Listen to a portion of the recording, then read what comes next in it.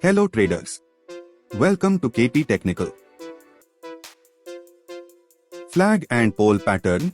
After up move, stop consolidating in small range. If breaks range, can continue up move, can go long with stop loss below 31.45. Stop trading near support zone. If break down, can short below 430 with stop loss of to 3 points.